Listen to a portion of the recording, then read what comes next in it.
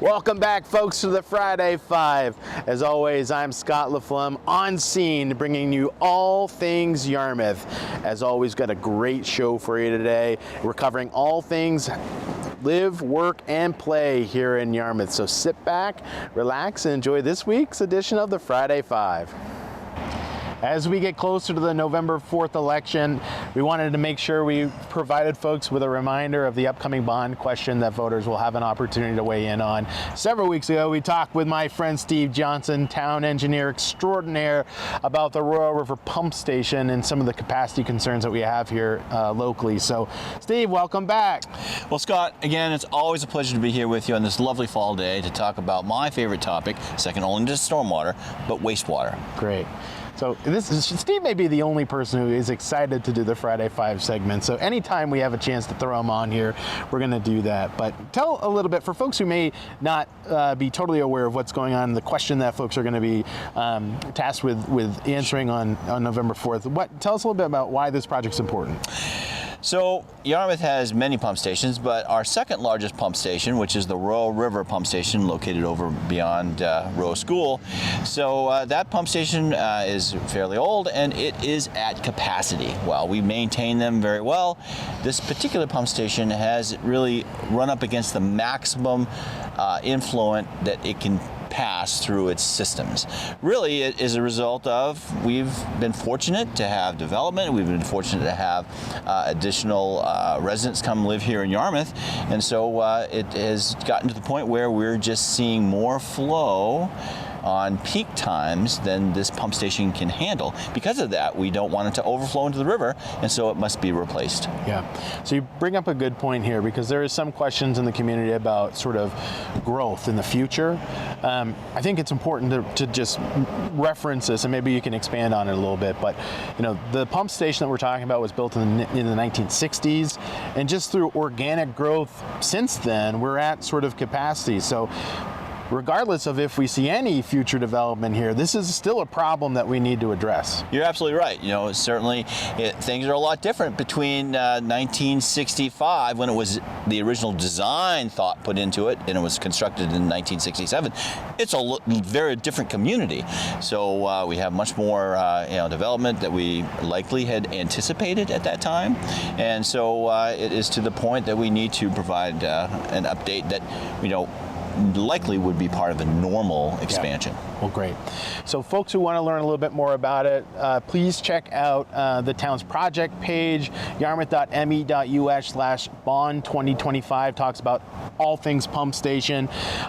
Also, for folks who want to listen into my and Town Council Chair Karen Ornstein's recent conversation with Greater Portland Council of Governments during their podcast, and that conversation was aired on WMPG this week.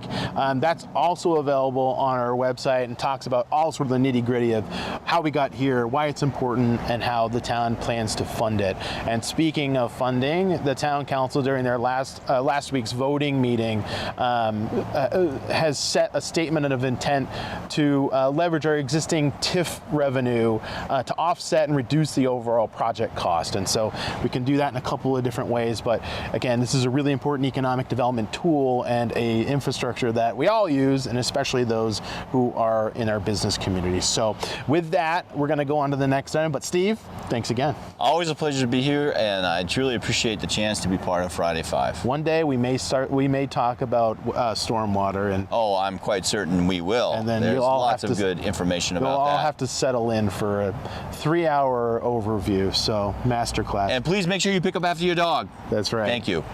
Hey, PSAs and everything. Thanks, Steve. We're on to the next item. Number 2, I am thrilled to have 2 guests on this week's Friday at 5. I'm joined with Dan Ostry. Everybody knows Dan in town. But we have a new guest, Dr. Dwayne Thoma, who together you worked on a really exciting project at one of our sort of fun little spots in town to do some Indigenous signage. Dan, can you tell us a little bit more about it and your work with Dwayne? Sure. Thank you, Scott. We did a project out at the Riverfront Woods Preserve to put interpretive signage telling the story of the Wabanaki people and their relationship to the lands around here and throughout the state. To do that, we got a grant from the Rotary District and a contribution from our Yarmouth Rotary Club, of which I'm a member, to put together a team to create these signs. To do that, I did not know anything about the Wabanaki culture, and I ended up connecting with Dwayne. We had a conversation, and I said, Dwayne, I don't know anything about this. Can you please help us tell your story? And from there, Dwayne brought in a Passamaquoddy artist by the name of Randy Marshall, who did an exquisite job on our artwork. And together with the folks from the Yarmouth Indigenous Awareness Group, we were able to cast a wonderful set of signs that include some I Spies where the kids can go out and find little silhouettes of animals that are shown on our signs and find them out in the field. So it's a lot of fun for them, and it's very educational for our school children and for everybody in the community.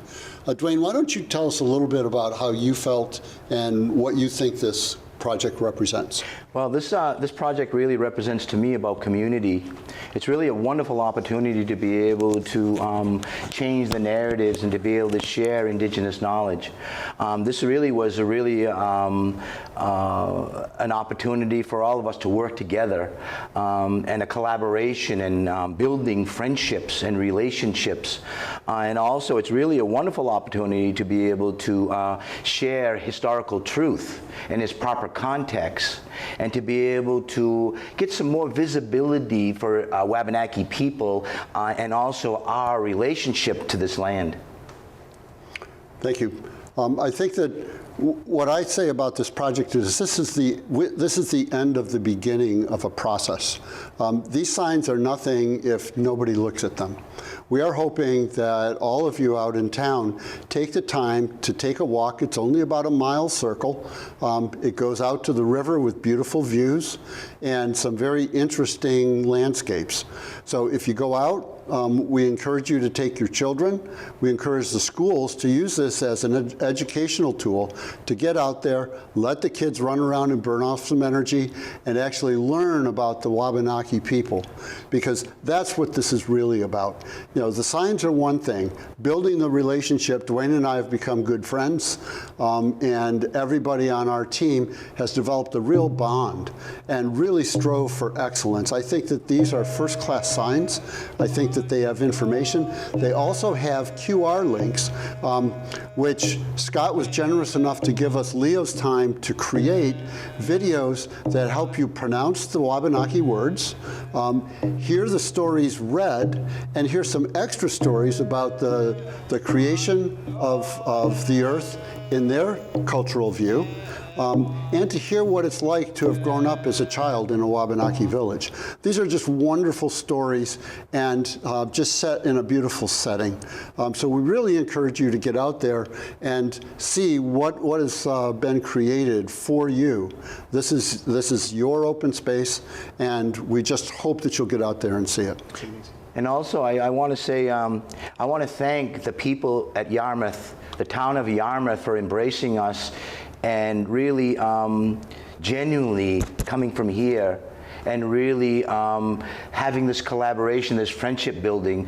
It's really unprecedented. So it's really, I'm really honored to be able to share this knowledge with the community and also embrace your community as well. It's amazing.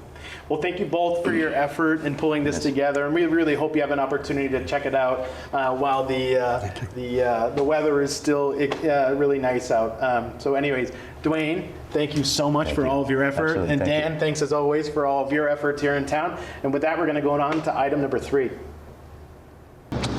Why did the chicken cross the street?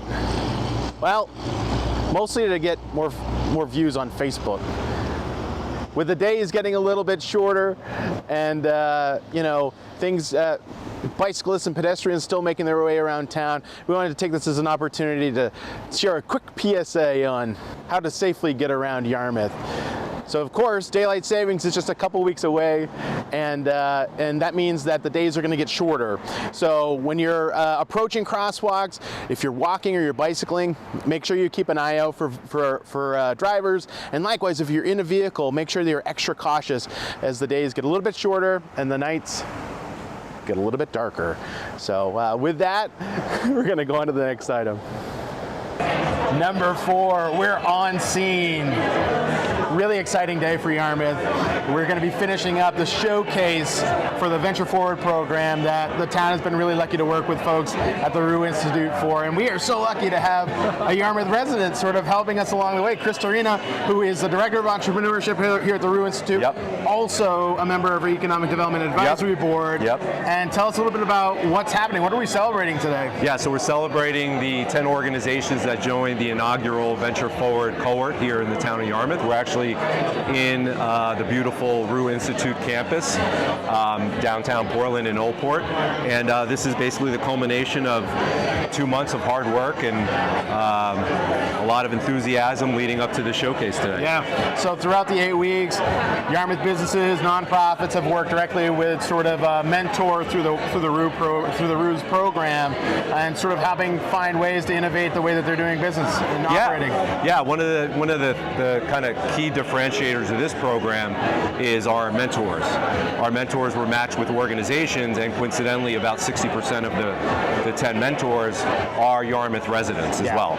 So it's been fun to unearth a whole other group of Yarmouth residents that have had successes in prior lives that are now either from Maine, have left to come back, or have moved here from other parts of the country to plant their flag here, raise their families, or start their next venture to really support these other 10 organizations. It's been a huge win for the town, and really, I think, the entrepreneurship ecosystem at large. Yeah, I think that's great. And frankly, the Rue Institute is such an unbelievable, untapped resource for a lot of Maine communities to try to leverage a lot of the economic development work that we're doing, and it is paying off because we have lots of other communities that have seen sort of the leadership at Yarmouth and want to do it for their own communities. So that's great. Yeah, I mean, today in attendance we have, Bath Development Corp, we have Freeport, Augusta, the town of Falmouth, and that's all because of the enthusiasm and the momentum from the Venture Forward Yarmouth program. So big kudos to you and the town leadership for believing in the Rue and really taking a chance on us. And here we are with a packed house and ready to get it on. Well, we're gonna stop this. We're gonna go right into the showcase to hear more about the work that everybody did. But we can't thank you enough, Chris, for the work that you're doing, and the sort of enthusiasm from the Economic Development Advisory Board, who really saw this as a vision and invested some TIP dollars into helping our local businesses. So it's been a big win. Appreciate you, Scott. Thanks so much, man. Thanks, Chris. Appreciate it. With that, we're going to go on to item number 5. Number 5, we're wrapping things up here at HQ with our Town Council review and primer. Hopefully we saw you at last night's joint workshop between the Town Council and the School Committee to getting a jump start on the FY27 budget season. Those conversations will continue to happen as we make our way towards the spring. We hope that you participate in those budget processes throughout the spring and early summer. Now next week, Town Council is off. They'll meet next on Thursday, November 6th at 7 o'clock in the log cabin. As always, meeting materials will be available on the town's website under the Town Council heading on the home page. Now, as we wrap up this week's Friday 5, quick reminder, if you have obtained an absentee ballot or wish to request an absentee ballot here at Town Hall, those are due back to the town office by November 4th. So again, if you want to submit that for the November ballot, make sure you get it back to us before then. With that, I hope you enjoyed this week's Friday 5 and can't wait to bring you 5 new items next Friday to talk more about. So have a great weekend. We'll see you next Friday.